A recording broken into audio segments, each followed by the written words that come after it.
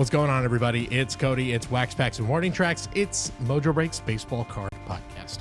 Before we get started, make sure to subscribe to the podcast. If you're listening to us, go over to Mojobreak Media on YouTube and subscribe. If you're watching us, search Mojobreak wherever you get podcasts. New episodes every Friday, plus the hype every single Tuesday. Today, the World Baseball Classic is in the rearview mirror.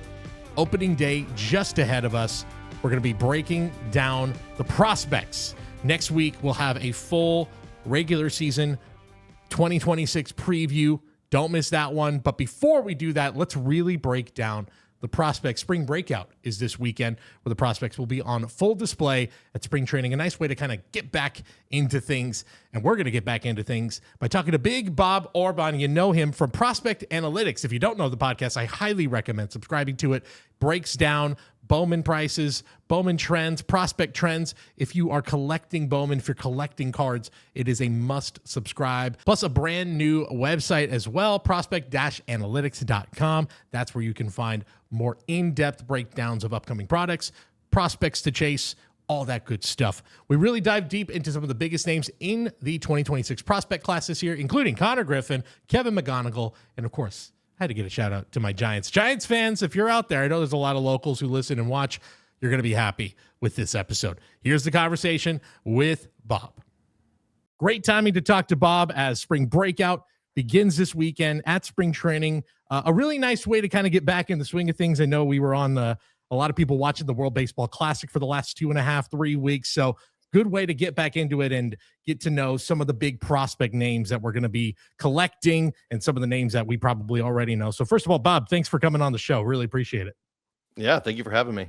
Of course. So actually, I'll start with that, the spring breakout, which has now been going on for the last few years. I know for collectors, a very exciting time to really get an up-close look. What do you think about this whole spring breakout the last few years, how Major League Baseball has done with it? Do you think it's been a pretty big success so far? Oh, yeah, I love it. I look forward to it every year. I think it's one of the coolest additions they made. That along with the futures game that they do now, to kind of highlight the prospects and give, people who might not be as familiar with prospects a chance to see them on TV. I think it's a great move by them for sure.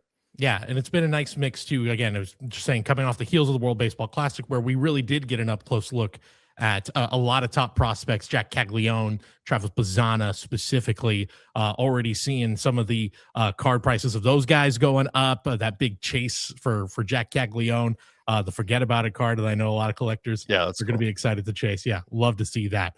But obviously want to get into your thoughts on the prospect class of 2026, just kind of an overall look, because when you do look, and I know you had Jim Callis on just recently on your show, and the MLB.com just released their top 100 list and the top 30 lists for 2026. And the very first thing that strikes you when you look at that elite group right at the top is how shortstop heavy this year's crop of top prospects are. Obviously, we're going to get into a lot of these guys, but just your general thoughts on where this class shapes up compared to maybe the last few years of top prospects heading into 2026. Oh, it's incredible. I would say that, the top 5 between, well, obviously we all know about Connor, but between Connor, McGonigal, Jesus Madej, JJ Weatherholt, Leo DeVries, I would say it's the strongest top 5 that I've covered, within the last 5-6 years. The top 3 themselves, I would put on par with, the year that we had Adley, Bobby Witt Jr., and Julio. I mean, I think that the trio at the top of McGonigal, Connor, DeVries, Weatherholt, Madej, I mean, the depth, the top 5 is crazy. It's one of the best that I've ever seen for sure. Yeah, I mean, and you could see it. The collectors, the card prices are reflecting this. Obviously, we'll start with Connor Griffin. I know you went pretty in depth on him on a recent episode, and even after seeing what he did last year in the minor leagues, where he just took off like a rocket, seeing how young he is and how talented he is, and having a very solid spring. I know that there's still maybe a little bit he needs to do on the plate discipline side, but look, you hit 4 home runs, and in the way he's hitting them with authority, you're going to make some noise. You're going to get a lot of people looking. But that, to me, that is the guy that I think a lot of collectors are looking at. Maybe also looking at it in a way where you got a lot of the old school collectors saying, why is this guy selling for this much? What does he have to prove? But also, we know this is the way that prospecting goes. His chances to make the opening day roster, here we are, we're a week away from opening day. and he hasn't been cut yet. He's not been sent to minor league camp. Where do you put his chances going into opening day? And again, I'll also say this. I know you talked about it on the podcast, but do you see the prices going up? I think his first Bowman PSA 10 auto right now, PSA 10 is about $1,500 for Connor Griffin. Is there anywhere higher to go for Connor Griffin's prices? I mean, it's kind of tough. I would put him right now as maybe a 50-50 chance of making the roster. I still think that it's a coin flip. It's kind of hard to tell with a lot of these teams. Pittsburgh seems like a team that would kind of play that game where it's beneficial to them to get an extra year of service time. But honestly, if I'm them, I would give him a contract before he steps on the field. I've told people this before.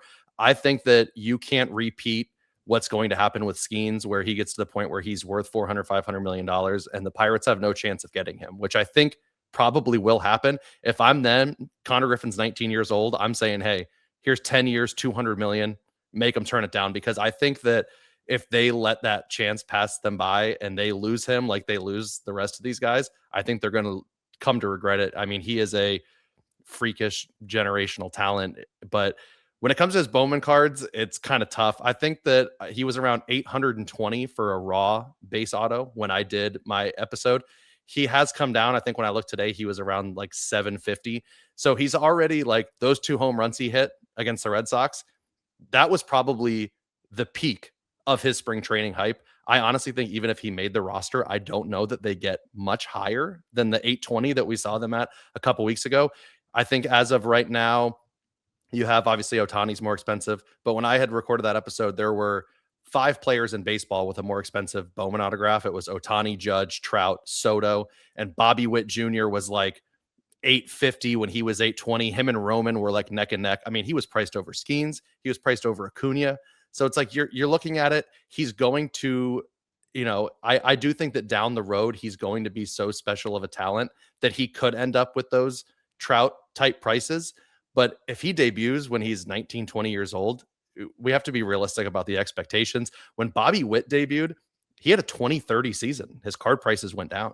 I mean, Julio Rodriguez won Rookie of the Year. His card prices went down. The expectations, and when I talked to Jim Callis, I was like, if Connor gets, let's say he makes the opening day roster, at his age, what is a realistic debut for him? And Callis told me that he thought that a good season for Connor this year would be 250 with 15 homers and 20 stolen bases. And I'm like, and he's right. That would be a good season. If he does that, I don't see how there's any way people keep paying $800 for a raw base autograph. Yeah, I totally agree. We on a recent episode, we were kind of comparing other teenagers who made their debut. I think we looked at Bryce Harper and we went, well, what if he just replicated Bryce Harper's season? And we kind of agreed, yeah, his prices would go down, but we would also say, wow, what a year. This guy is the real deal. It's so funny the way it works, but yeah, we get how it's going. And, and on the flip side of that, we're talking so much about Connor Griffin's spring, 19 years old. Look at what he's doing. And I do think and obviously I know being on the West Coast, why this is happening, but getting lost in the conversation a little bit is I think Leo DeVries, who I think is having a fantastic spring. Obviously the centerpiece of a huge deal last year to send Mason Miller to the Padres. And like I said, having a really great spring. And you look at the amount of time played in the minor leagues, DeVries has a little more time. He's also made it to Double-A here. And yet not having that same conversation about will he or won't he on opening day. And the gap between their first Bowman prices is massive.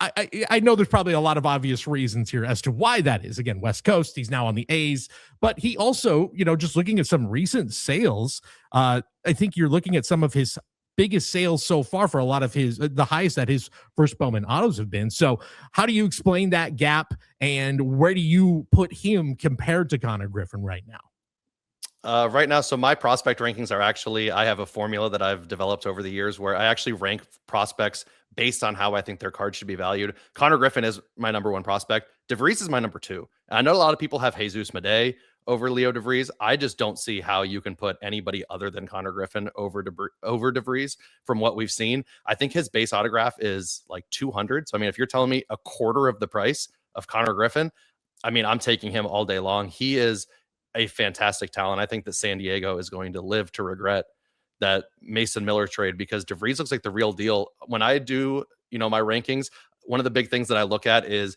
age versus your competition level. And it's one of the things that gets overlooked the most. If you're looking at single A stats and one guy's 17 and one guy's 21, you can't look at those stats through an equal lens. And Leo DeVries pretty much sets the bar for being young for a level. I think in 2024, he was the only prospect at age 17 with, 300 plus paid appearances at single A. Last year, the only one at 18 to have, I think it was 150 in double A. Last year, he was, if I'm not mistaken, he was the first 18-year-old prospect to have multiple home runs in a double A season since Bryce Harper. So, I mean, you just don't see 18-year-olds. I know Jesus Medei got like a cup of coffee in double A, but Leo DeVries' numbers are unreal. I think that he's extremely slept on. I'm big in finding undervalued prospects. So, when I write my articles on who to buy, it's usually like the Sam Antonacci types as opposed to the Connor Griffin types. I will tell you that I just did the A's article a couple days ago. I probably only have one or two players I've done so far with a raw base autograph over $100 that I've considered a buy. Even at 200, I would consider DeVries a buy. I think next year, all these guys are going to graduate. McGonigal's going to graduate. Weatherholt, Griffin, all these guys are going to be gone. The top is going to be Jesus Medei, Leo DeVries, probably Rock Chalosky, who's coming in the draft. But we're seeing these guys at the top have $300-400 base autographs. That's going to be Jesus Medei and Leo DeVries. They're going to be the ones next spring, assuming DeVries doesn't debut, which it could be close. I probably think that it's safe to say he goes into 2027 as a prospect. But if he does, all this spring training hype that you see with McGonigal and Griffin, that's going to be Medei and it's going to be DeVries next year. Even at $200, I think that the way he plays, the fact that he's so young and he's dominating double A, I think that he's somehow still extremely overlooked.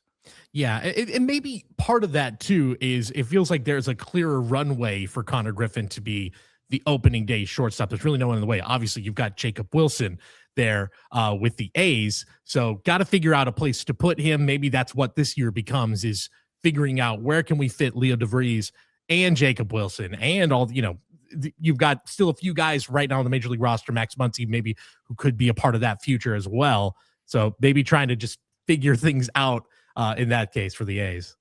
And I've always said, and I talked about this on an episode one time, a lot of the pricing is, there is an aspect of where they're ranked as a prospect, how they're performing, but pretty much, a large chunk of your value is driven by hype. And that's why most people sell when players get called up. That's like when their hype's going to be the highest. But on top of that hype, the MLB is very good at picking certain players and kind of the phrase I use is shoving them down our throats. Yeah. They did it with Jackson Holliday. The reason that Jackson Holliday had $500 base autographs isn't because he had plus power and he was hitting moonshots. It's because every time we opened Twitter or opened whatever we went to, it was Jackson Holliday going 2 for 4 with like no matter what he did, we saw it. And this spring, it became very clear that Connor Griffin was going to be that guy.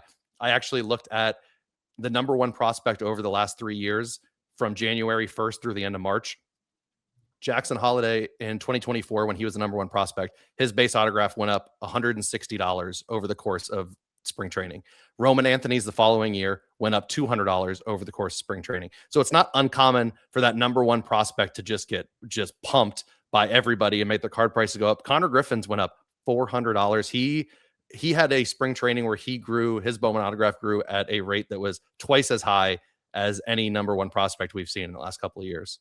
That's incredible. And given the incredible talent we have seen the last few years, I mean, wasn't that long ago we were talking about, mentioned it, Bobby Witt Jr., Julio Rodriguez, who were these darlings of both for fans and especially in this hobby. To say that is quite something. I want to get off a jumping off point there. You mentioned Jackson Holliday, and obviously we don't have cards yet of Ethan, but we can pretty safely assume that when 2026 Bowman flagship comes out, he will be the face of that product. Haven't seen a lot from him in the minor leagues, just played about a month plus if you include playoffs with low A last year. And I do wonder, and this is not, obviously, I'll preface it by saying this is not fair to Ethan Holliday, but clearly people are, fans see the name, they think of Jackson, they think of, we were in, all the prices you just mentioned of what, all the hype he got, and it hasn't quite come together. He's still very, very young. It still can absolutely happen. But do you think that out the gate, is there any chance that maybe there is a, the only way I can put it is there's a cloud over him of like, well, Jackson's not quite doing it. So how can we believe Ethan's going to do it? Is there any chance you think that collectors might shy away just based off of that? No, I think they're going to be obnoxious about him. They're going to go insane. I honestly, because I track, my rankings for the hobby, I can tell you that I probably have 6 or 7 hitters without a Bowman autograph ranked higher than Ethan Holliday. I don't think it's going to matter. I still think that he's going to be the most expensive player because, like you said, he's Jackson's little brother. That's the hype. It's, it's everyone's been when 2025 Bowman draft checklist came out. The first question everyone had was, "Oh, is Ethan Holliday going to be on it? Is Ethan Holliday going to be on it?" No one was even asking about anybody else. It seems like it's already been predetermined. Now, I will say, from a tool standpoint, I do think that if he hit his ceiling, which he's obviously much further away from, his ceiling as a hobby prospect, I think, is more exciting than Jackson's is because his power is going to be way more. He's going to hit for more power than Jackson ever hit for. Unfortunately, he's a bigger guy, longer swing, shakier hit tool. So he's going to have to work through a lot of that. So it's not going to be as smooth as, Jackson came out extremely polished out of high school. He had great bat to ball skills. He was already a great contact hitter. Ethan is going to have more power than Jackson, which I think people are going to cling to. They're going to see those 60, 70 power grades and be like, oh, this is Jackson with power, which isn't really fair to him. But I think that he is going to sell that way when that product releases. Yeah. And look, the fact of the matter is too, you said it, the better power profile, and he makes it to the major leagues. He's going to be playing a huge amount of games at Coors Field, and the numbers, if it all goes well, are going to look a lot flashier coming off the page than say, if he played somewhere else. So, and you got the lineage and all this other stuff that I think so many, we love that story on top of, is this guy the real deal on top of it? And he also has going for him, if you take a prospect with a shaky hit tool and you're hoping that he fixes things, in the approach and in the swing mechanics, having Matt Holliday as a father, probably not a bad spot to be in, considering a lot of people won't collect Rockies prospects because they don't trust their development.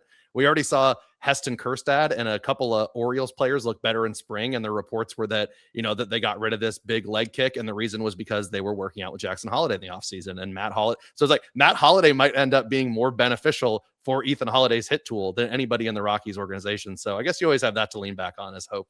Yeah, not a bad hitting coach. Was just hitting coach for Team USA, if I'm not mistaken. So only a matter of time till Matt's probably maybe going beyond just coaching his sons right there if this keeps up right now. A few other guys I want to ask you about. You mentioned Kevin McGonigal, who is, again, the sort of, I guess, if Connor Griffin is the 1A storyline for prospects, McGonigal is 1B.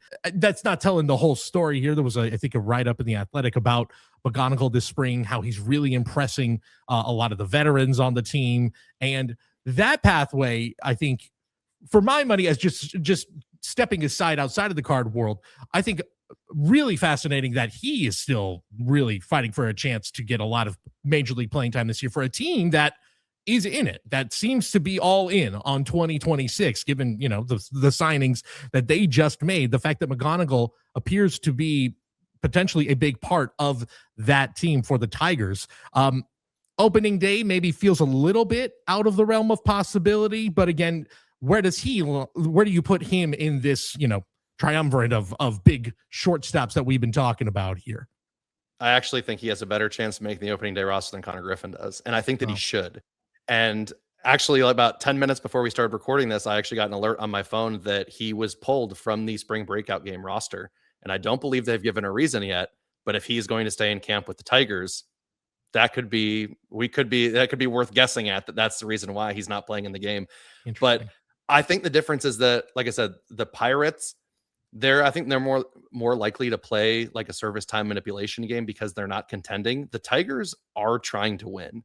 And I think that if they think that they have the best chance of winning with Kevin McGonigal on the field, I do think that they will put him on the opening day roster, whether it's at shortstop or third. And I think that it would be the right call. You don't often see guys skip AAA entirely, especially he didn't even play a full season in AA. It would kind of be like what the Padres did with Jackson Merrill, where he just showed up in spring and it was like, he's so good, we can't put him in AAA. And I honestly think that Kevin McGonigal is probably going to be that. I think McGonigal has a much safer floor than Connor Griffin does. He's a better contact hitter. He has a better approach than Connor. He'll never be as exciting because Connor is like Superman. McGonigal's not going to have the 40-40 potential. But even when I talked to Jim Callis, he said that, he thinks that Kevin McGonigal could be Chase Utley. I mean, you're talking about a perennial all-star, second baseman who's going to give you 20 plus home runs. He's probably going to win a couple batting titles. I actually think very highly of Kevin McGonigal. Obviously, when it comes to the hobby, we want the tools that sell. We want the flashy power and speed. And that's why he doesn't sell like Connor. But if you had to make me guess, which one will be a better professional, I think that Connor's ceiling is much higher. But if I'm taking my bet, like, hey, both these guys are going to come up, who's going to have the better first 200 plate appearances, I would probably put my money on Kevin McGonigal. Yeah, and frankly too, I think the pressure he would be facing is just far less than what Connor Griffin. I mean, Connor Griffin would be. I know the Pirates made improvements to their lineup, but he's going to be the face. He's going to be so much of the future of that franchise invested in him. Where there's a little bit, you've still got Scooble there, you've got Riley Green, you've got so many guys in that vets in that lineup that can kind of take the brunt of it if McGonigal's having a little bit of a rough go. I do San Jose Giants when I'm not doing this, so I have to ask because we're going to get a lot of looks at Joswar Gonzalez this year. I'm very, very excited about it. Don't know how soon that's going to be, but it's been a long time that the Giants have had a successive run of guys now with Eldridge and Gonzalez, and if you look down the road, Luis Hernandez, of guys that I think fans can be really, really excited about within the system. And Joswar, doing a little research and seeing a lot of people from all over the place, from Baseball America and on, saying that there was debate that he might be the best prospect in the Giant system right now, even if you're counting Eldridge. I think I saw recently his PSA 10 first Bowman autos were in the about 270 to 250 range is what we're looking at. And I'll just ask, is that right now, early on, if we're to believe maybe this is a guy who could become the best prospect in the system and a potential top 10 overall, if all things go well, is that actually is that maybe a decent buy at this point? I think it is. I actually bought a refractor auto of his 3 or 4 days ago. I haven't done my Giants sheet yet, but I probably will make him a buy. The tough thing with him is that I almost always will tell people not to buy prospects that coming out of the Dominican Summer League. There's no other way to describe it other than the data that we get from the DSL is almost less useful to me than high school stats. The pitchers over there miss the plate by a foot. You can't do, if you have a bad DSL season, you can rule someone out as I'm not buying him, but you should never really buy someone because they had a good DSL season, because the consistency between who performs well there and then who performs well when they come to the States, there's not a lot there. But he is a separate story. When I was talking to Jim Callis, he brought it up. The international prospects, it's rare that they will rank them in the top 100 for MLB Pipeline because of stuff like that. You just don't really know until they get here. But the difference is that if you're considered like a cut above the rest of the signing class, the track record for those prospects actually is really good. You look at Vladimir Guerrero Jr., Wander Franco before he became Wander Franco. If you're considered like that much better than the rest of the class, the track record for your success when you come to the States is actually pretty solid. That's how Gonzalez is looked at. I think that he is, a lot of people love the Elian Pena cards for the Mets from Bowman Chrome. But Gonzalez, I have ranked much higher. I'm actually a believer in Gonzalez. And I'll go so far as to say that Luis Hernandez is the same thing for the next year class. He's going to skip the DSL and come straight to the States. It looks like he's going to make his professional debut at age 17 in the complex league. He might even make it to single A this year. So we're probably going to see the two of them move together, which means that by the time 2026 Bowman Chrome comes out and Hernandez gets a card, those are going to be Ethan Salas prices, $400 base autos, because I think that Hernandez is going to be, he's actually, I think it sucks that he doesn't have a card yet because we can't buy it, but I love Gonzalez. I think that Hernandez might actually be that guy. And when I actually had a conversation with Jim Callis from MLB Pipeline, he does their Giants list. And he told me, he said, I don't have any confirmation on this. I'm just kind of going off of what I hear from the scouts, and everyone inside the Giants organization. He told me, he said, I'm not so sure that if a trade ever came through where the Giants were going after a big piece and a team said, you can only keep one of Eldridge, Gonzalez, and Hernandez, and we're taking the other two, He said, I think there's people in the Giants organization that would push to keep Luis Hernandez. They think that he's that good, that he's that polished coming out of the international signing class. But yeah, him and Gonzalez are going to be extremely exciting to watch. Like I said, it's always tough to buy a player until you see him play in the States. But for his price, as you mentioned, I honestly don't think he's that bad of a buy. He's one of the few people outside of the top 50 who could make that jump with a good enough stateside debut, like to being a top 10 prospect. I think that the talent's definitely there. It's incredibly exciting to hear, and I know we got a lot of listeners and viewers who are Bay Area fans, so they're gonna be very excited to hear that. And I think too, like having those two guys come up together. I mean, we've seen it with the Orioles the last few years, where they are just constantly the biggest teams in Bowman products and Topps products, and I think it's all these guys sort of lift each other up to pair them together. So it's going to be very, very exciting to see these guys. Hopefully, maybe by the end of the year, both playing in the infield, just right here in San Jose. So a few more questions for you. I'd appreciate the time here, Bob. But I'll kind of do a rapid fire. Well, actually, I want to go down south to LA for the Dodgers, because they do seem to have. I think they have one of the more interesting outfield situations going on, which I think a lot of people with inside knowledge on the prospects all off season were saying they're not probably going to get Kyle Tucker. Look at all these outfielders they've got. And of course they went out and got Kyle Tucker. So shows what we know. But they do have, I think, three very interesting guys with Zaire Hope, Jose DePaula, and now Mike Sirota, who's kind of the throw in there. So I want to know, if you were going to buy one of those three guys as Bowman right now, which one would you be, do you think has the highest ceiling here? Which one do you think has the most room for growth? Are we going off of based on their value? Like, who would I buy based on the value? Or who would I take just straight up? Based on the value? Based on the value and straight up. Let's go with that. Straight up, I would probably take DePaula. But based on the value, it's probably Sirota, and I don't think it's close. I love Mike Sirota. When Mike Sirota was in college, he was a guy who at Northeastern, people thought he was going to be, like a lottery type top 10 pick after his junior year. His senior year, he really slid back. No one was really sure why. I don't think there was any reported injuries, but his stats really fell off. It dropped him from being a potential top 10 pick to being a third round pick. What's funny is that out of high school, the Dodgers actually drafted him and he chose to go to Northeastern. Then the Reds take him in the third round and immediately the Dodgers go and get him, which tells you that the Dodgers have seen something for years. I think that they're right. Obviously, he had his season cut short with a knee injury. But if you look at, I think it was the 60 games he played, I don't know that there was a player in minor league baseball with a better 60-game minor league sample last year.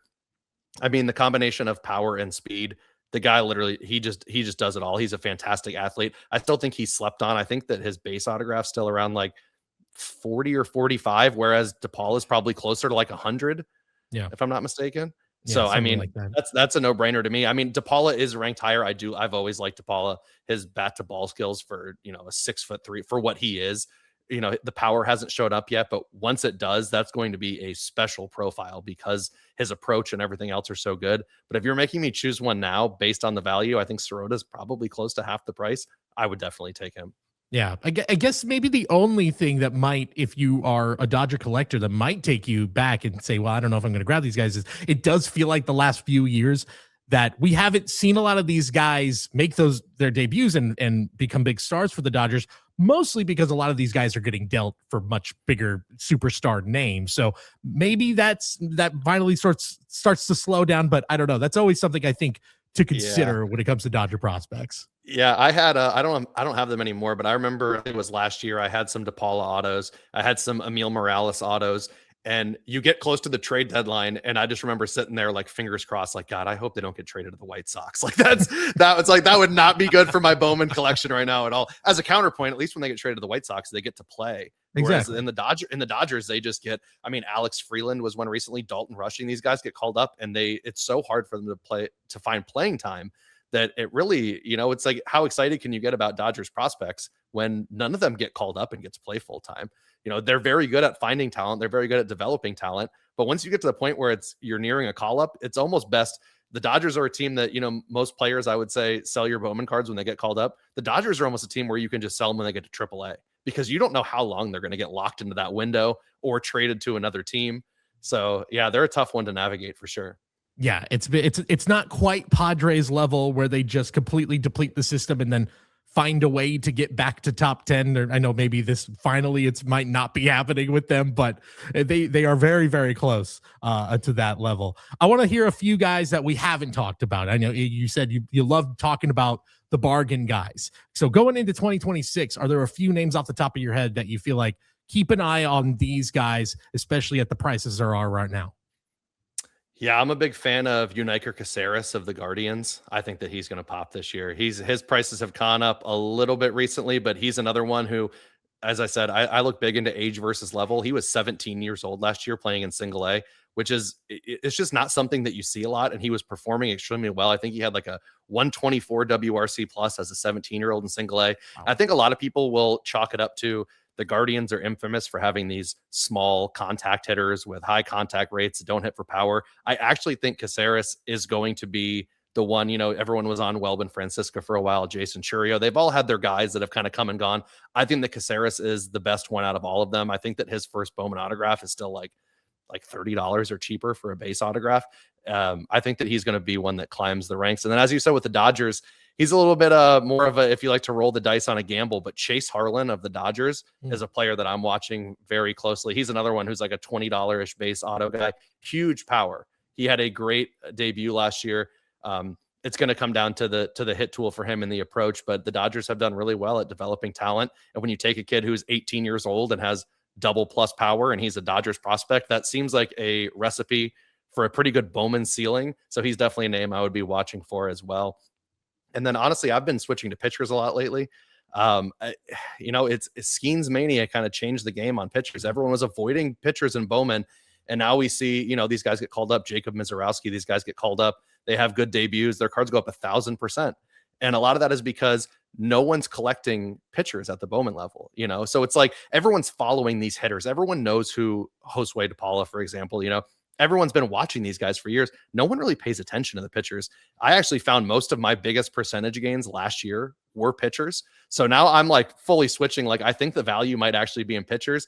One of those is Charlie Soto of the Twins, he's extremely cheap, $12, $15 base auto. Kid throws gas. The Twins complex facilities right down the street for me. So I get a good look at Twins prospects on the backfield. And if he stays healthy this year, he's a name. Another Braylon Dowdy for the Guardians is another one who just gets slept on. But Kevin DeFrank of the Marlins, he's one that he got a lot of buzz this offseason because he's 6'5" and 17 years old. And he came to, the workouts and was throwing 100, and that kind of got Twitter buzzing and the prices came up. But those pitchers, I mean, it's just the path to them gaining in value is just so much easier because I think there's less eyeballs on them with the, because a lot of people are still stuck in their ways of not wanting to collect pitchers. But I've kind of shifted my focus. I actually like the pitchers now more than the hitters. Wow. Hey, you know what? You're speaking, you're preaching to the choir for me, because I have been saying around this, around the shop and everything, just wait. We're undervaluing pitchers. People are sleeping on pitchers overall. All it took was Paul Skeens, and here we are. It's a post Skeens world. Last year, I would do my my pitcher rankings, my pitcher prospect rankings, and I update them like weekly throughout the season. And after each grouping of like 25, I'll give like a little, best buys. Here's the guys in this group whose Bowman autos I think are the best buys. I had last year, starting in May of last year, so right after the season started, I had Thomas White of the Marlins as a top 5 pitching prospect. I was a big fan of his early. His base autograph was $15. I actually have, I think it's 6 or 7 consecutive articles for pitchers weekly where I'm like, best buy, Thomas White. And the price is 15, 15, 15. All of a sudden he goes to the spring breakout game and everyone's like, whoa, this guy's good. Goes up to 45, goes up to 50, goes up to 75. If you're paying attention to pitchers because other people aren't, those happen like almost every season. There's a handful of these guys that I buy, and you have like, whereas hitters, they get hot for a week or two and everyone kind of catches on. These pitchers, you can really find some value if you're looking hard enough.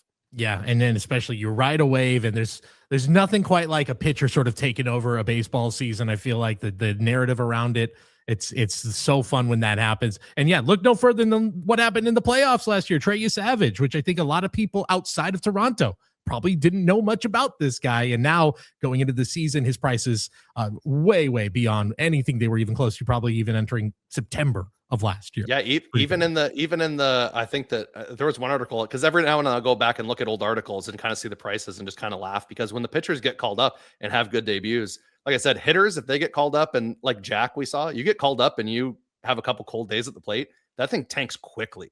These pitchers, when they come up, if it's a good debut, I mean, Mick Abel went up almost 1,000% in his MLB debut with the Phillies, but some of these guys, Jacob Mizorowski was another one. Jonah Tong was another one. Nolan McLean, like you look at these pitchers, I looked at a sheet where I had Peyton Tolley. When Peyton Tolley first started breaking out before he got called up by the Red Sox, the first time he made an appearance in my top 25 pitchers, I looked at the article the other day. His base autograph was $8 in this article that I wrote. And I think that after he made his first start with the Red Sox, it was over 200. I mean, these are examples off the top of my head. The pitchers, grabbing pitchers, as they're working their way up through the minors that have a chance at debuting is like surefire. Yeah. Well, nothing's sure. Shouldn't say it's right. Sure. It's not. Yeah. It ain't a bad strategy. Let's put it that way. It sounds like it's a pretty decent strategy. And with the hitters, like you said, guys get stuck. Like you said with the Dodgers, guys get stuck in AAA. Right.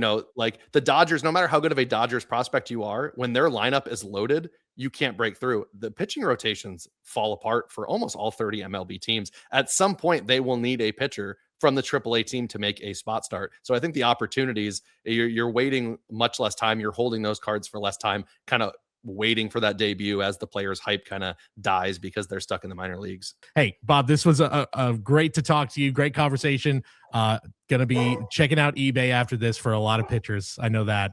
There you go. But let us know where we can find you, the podcast, the newsletter. Let us know all about it. Yeah. So on Twitter, it's at Big Bob's Cards. And then everything else is TikTok, Spotify, Apple Podcasts is Prospect Analytics. And we actually just launched a new site yesterday. I'm moving over all my articles, all my content from Substack to the new website. It is www.prospect-analytics.com. So we're making the switch. We got our own website that I put all my content on, and is really excited about that. Fantastic. Can't wait to check it out. Love the podcast, and appreciate you coming on the show today. Yeah. Thanks for having me.